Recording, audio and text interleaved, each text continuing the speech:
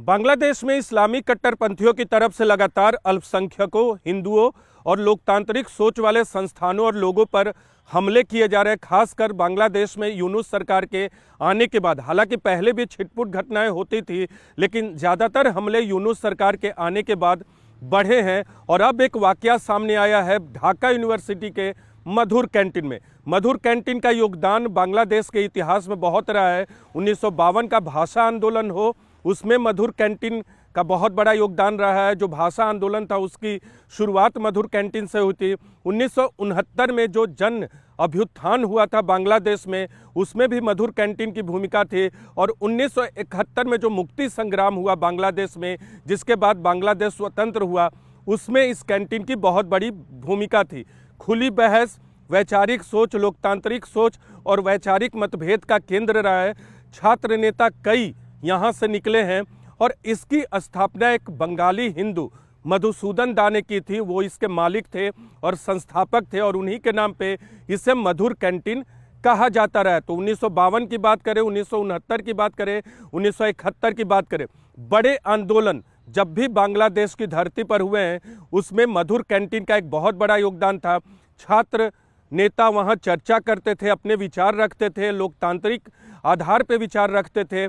और उसके बाद मुक्ति संग्राम भी जब हुआ तो वहाँ के छात्रों का योगदान था। शिक्षकों की बात करें या वहाँ से बाद में कई ऐसे नेता निकले जिन्होंने बांग्लादेश में अपना नाम ऊंचा किया। तो मधुर कैंटीन का योगदान बांग्लादेश के राजनीतिक सांस्कृतिक इतिहास में बहुत बड़ा है। हालांकि मधुसूदन दा ने इसकी स्थापना जरूर की थी, वो इसके मालिक जरूर थे, लेकिन मधुर कैंटीन कभी भी हिंदू प्रतीक नहीं था, वो बांग्लादेश का प्रतीक था। लेकिन हाल के वक्त में जिस तरह से हिंदू संस्थानों, प्रतिष्ठानों या मंदिर पर हमले हुए, इसके अलावा दूसरे अल्पसंख्यकों पर हमले हुए हैं, हाल में दीपू दास की हत्या हुई है, उसी का नतीजा है कि इस बार मधुर कैंटीन के अंदर इस्लामिक कट्टरपंथियों ने काजी नजरुल इस्लाम, जिन्हें बांग्लादेश में विद्रोही कवि के नाम से जाना जाता है, उनकी पंक्तियों को पढ़कर एक इस्लामिक कट्टरपंथी लगातार वहां तोड़फोड़ कर रहा है। तस्वीरें आप हमारे स्क्रीन पे लगातार देख रहे हैं कि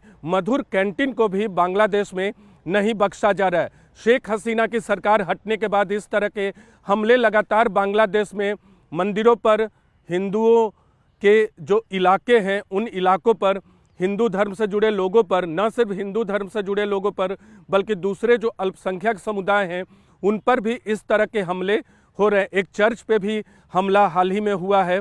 तो लगातार अल्पसंख्यक समुदाय जो है वो निशाने पर है। और न ही अल्पसंख्यक समुदाय बल्कि लोकतांत्रिक जो भी बात कर रहा है बांग्लादेश में, उसको निशाने पर लिया जा रहा है इस्लामिक कट्टरपंथियों की तरफ से। और इस बार मधुर कैंटीन को निशाना बनाया है, जो बांग्लादेश की आज़ादी का एक महत्वपूर्ण केंद्र बिंदु रहा है। और न सिर्फ आज़ादी के दौरान बल्कि बांग्लादेश में जो भाषा आंदोलन 1952 में हुआ था, उस दौरान भी ये महत्वपूर्ण केंद्र रहा है। तो इस बार मधुर कैंटीन को भी इस्लामी कट्टरपंथियों ने नहीं छोड़ा और वहाँ भी तोड़फोड़ की।